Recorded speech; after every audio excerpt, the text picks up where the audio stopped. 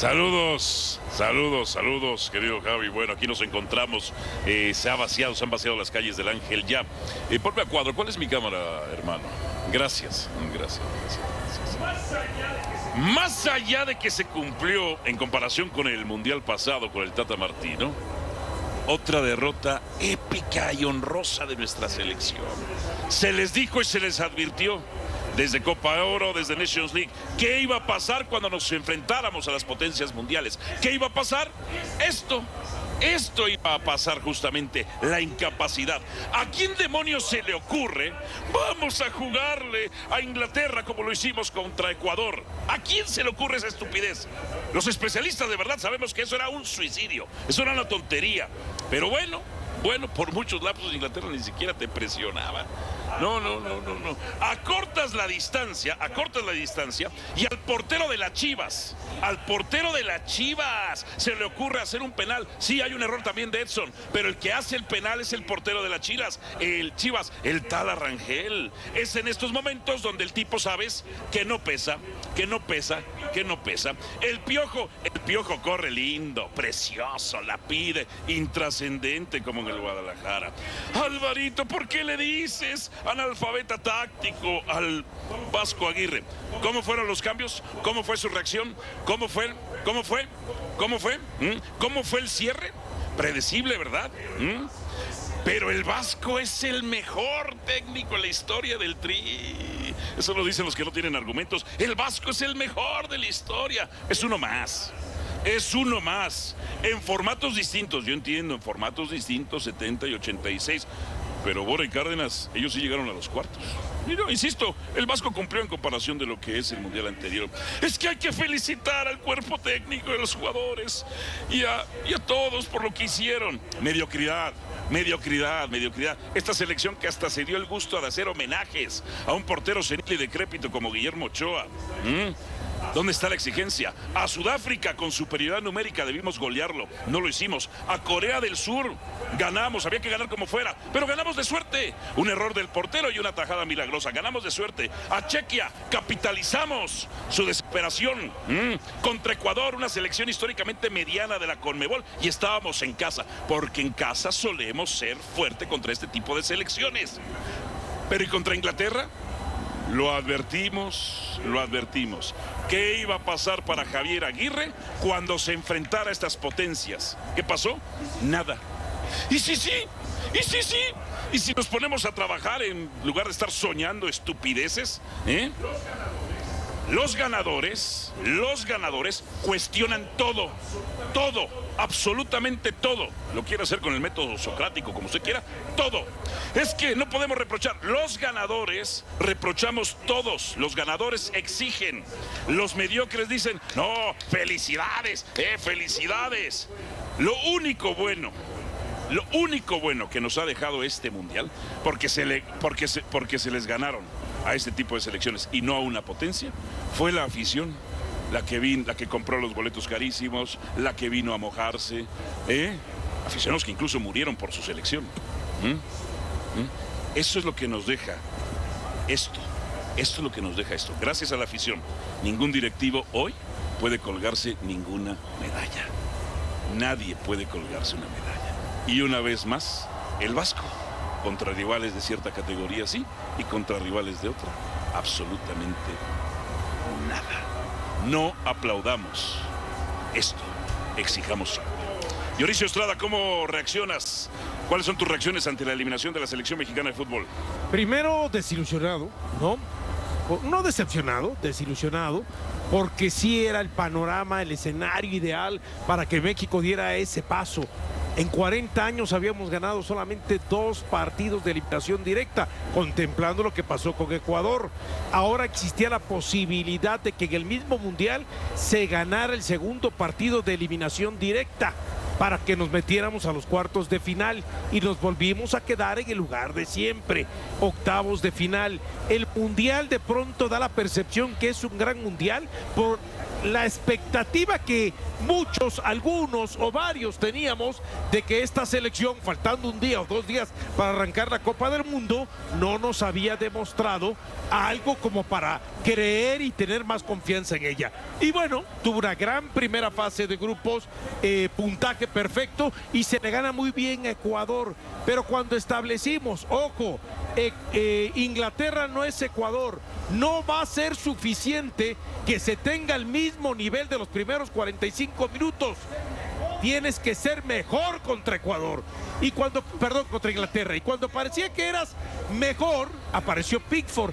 Pero también hay que decir que éramos mejores porque los ingleses, por lo menos yo esperaba que aguantaran un poco más el tema de la altitud, pero daba la impresión que a los 30 minutos como que ya estaban cansaditos y con poquito nos hicieron daño.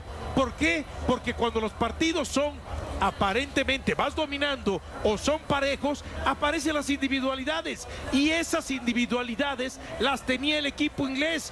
Apareció Bellingham en menos prácticamente de minuto y medio o de 2 minutos y nos terminaron. Lo que sí hay que decir que este equipo mexicano mostró sí resiliencia, mostró sí mentalidad, porque cuando parecía que con el 2-0 estabas muerto, pues resulta que terminó reaccionando. Pero ¿qué pasó? Cuando viene el segundo tiempo arranca mejor Inglaterra, viene la expulsión de los ingleses y 59 minutos, como bien ha dicho Héctor Huerta, no pudimos hacer un gol. Y cuando yo había creído que Javier Aguirre había aprendido de los otros mundiales, pues resulta que cuando tuvo que hacer los cambios, mejor de la historia del no le salieron. Y sí, y en un segmento de YouTube, como dijo justamente Javi, yo establecí que si la idea era ir a buscar otras variantes, más allá de los centros que facilitaban tanto a Pickford como a la defensa, entonces era buscar tiros de media distancia. Y los tiros de media distancia eran para Brian Gutiérrez, que vino de más a menos en el Mundial.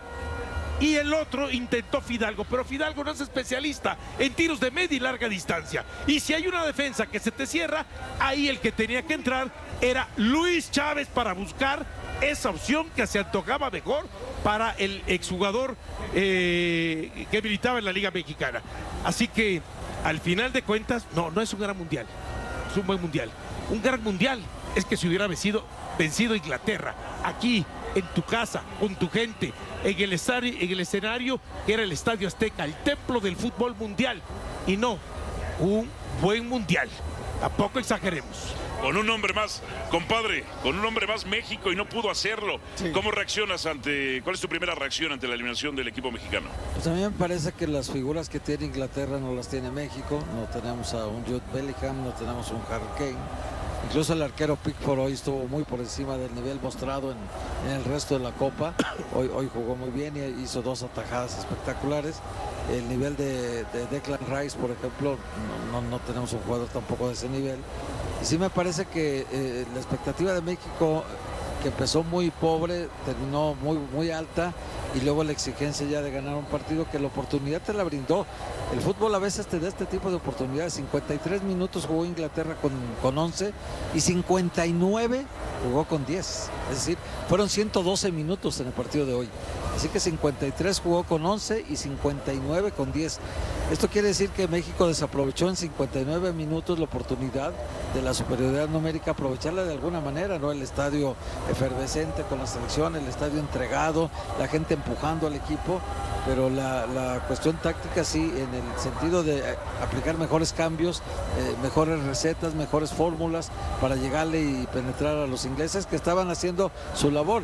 Desde el 66 no tenían un partido con una posesión de pelota tan baja, ¿no? Como la que tuvieron hoy, y era lógico, ellos hicieron los goles cuando necesitaban hacerlos y los defendieron cuando tuvieron que defender. Y los errores mexicanos llegaron cuando mejor jugaba México, sí, y les terminó costando. Edson Álvarez, que no puede despegar ese balón con la cabeza, sí, cierra los ojos y después termina quedando la pelota. Ahí llega Gordon y entonces provoca el penal el tal Rangel. Pero el portero de Chivas, ¿cierto? Sí, pero cuando vas 2-1, ¿no? No te pueden hacer un tercer gol con un hombre menos. No te pueden hacer un gol con un hombre menos. Fue el penalti. O sea, tienes todo el escenario. Un hombre menos. Te marcan un penal a favor. Pero a ver, y 59 minutos sí. de estar metiendo centro. Y no eres capaz de meter un gol para empatar el marcador regular. En uno de los goles arranca desde Pickford. Arranca desde Pickford. Ah, que le da a Declan Rice. Y no después a retardan, Bukayo Saka. no retrasan, no ganan el duelo individual defensivo. O sea, lo manejaron con total displicencia en esa acción particular. Pero aún así, el arbitraje estaba marcando bien. Nos veíamos favorecidos bien por buenas decisiones del árbitro y no las capitalizábamos. Estás hablando del primer gol que fue... Y el portero de Chivas comete una estupidez. Malagón no le hubiera pasado eso. Lo sabemos. Malagón no está ahorita, compadre. Ya no está Malagón ahorita. A ver, fue un centro que le dan a Raúl Jiménez, que no lo alcanza a controlar bien. Pickford se queda con la pelota, la pasa de inmediato a Rice. Rice avanza, se le entrega a Bukayo Saka, y Bukayo saca un centro.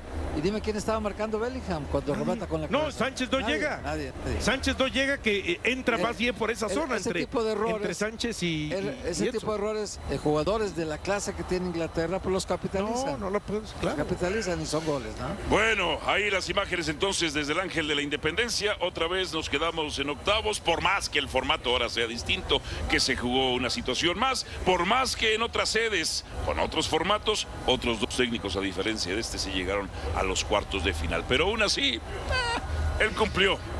Él cumplió a diferencia del Mundial pasado con el Tata Martino.